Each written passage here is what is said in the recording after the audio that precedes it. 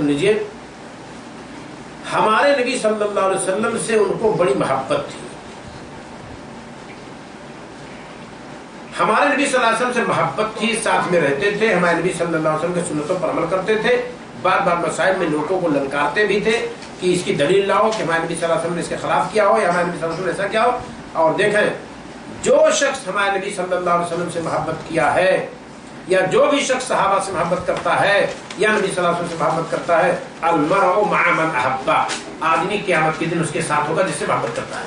तो हम सब ख़वातीन भी दुआ करें, इस्लामी बहरे दुआ करें, बरादरान इस्लाम भी दुआ करें कि अल्लाह ताला नबी से मोहब्बत हमारे दिलों में भर दे और सहाबा के तय मोहब्बत भी हमारे दिलों में भर दे, क्योंकि अल-मरउ मअ मन अहब्बा, आदमी उसके साथ होगा, उसका हशर उसके साथ होगा जिससे मोहब्बत करता है।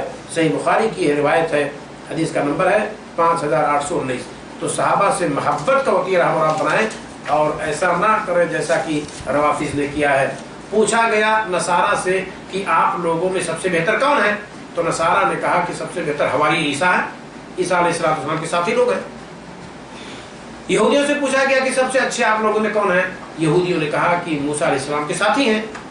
रवाफिज से पूछा गया कि आप लोगों में सबसे बुरे कौन है, कहा साहब मोहम्मद के साथी सबसे बुरे हैं। नऊज़ुबिल्लाह। ये किसने कहा, रवाफिज ने, शिया ने। और आजकल शियत नहीं है, आजकल रफ्ज है। रफ्ज का मतलब ये है कि जो सहाबा को नऊज़ुबिल्लाह गाली देते। आज वो ग्रुप नहीं है जो कहता है अबू बकर सिद्दीक भी फजीलत वाले हैं, उमर फारूक रज़ी अल्लाह तआला भी फजीलत वाले हैं, लेकिन अली रज़ी अल्लाह तआला ज्यादा फजीलत वाले हैं। ऐसे लोग अब नहीं है। छोड़ दीजिए कि इमाम बुखारी ने 40 शियों से हदीसें जिक्र की है। ये वो शिया है जो कहते थे साहिबैन की फजीलत है लेकिन अली रज़ी अल्लाह तआला की ज्यादा फजीलत है, या ये कि सबकी फजीलत अपनी जगह पर है, हम अली रज़ी अल्लाह तआला के ग्रुप में हैं, हम शियाने अली हैं, बस वो किसी की तकफीर वगैरह नहीं करते थे।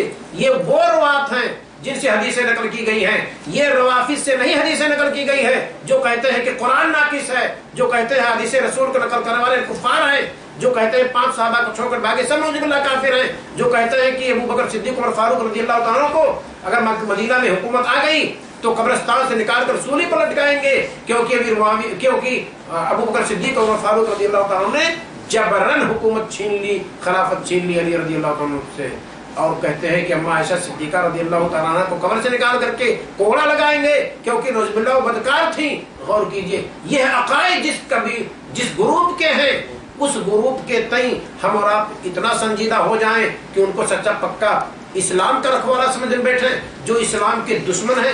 पूरी इस्लामी तारीख में रवाफिद ने जो इस्लाम की जड़ खोदी है, किसी भी जिंदा इंसान से छुपी हुई चीज नहीं है।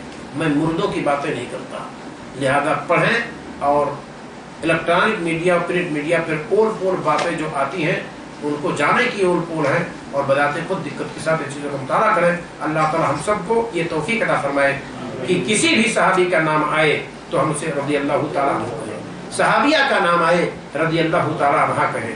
ये हमारी रात की जिम्मेदारी है। तिलका उम्मतुन कद खलत लहा मा कसबत व लकुम मा कसबतुम।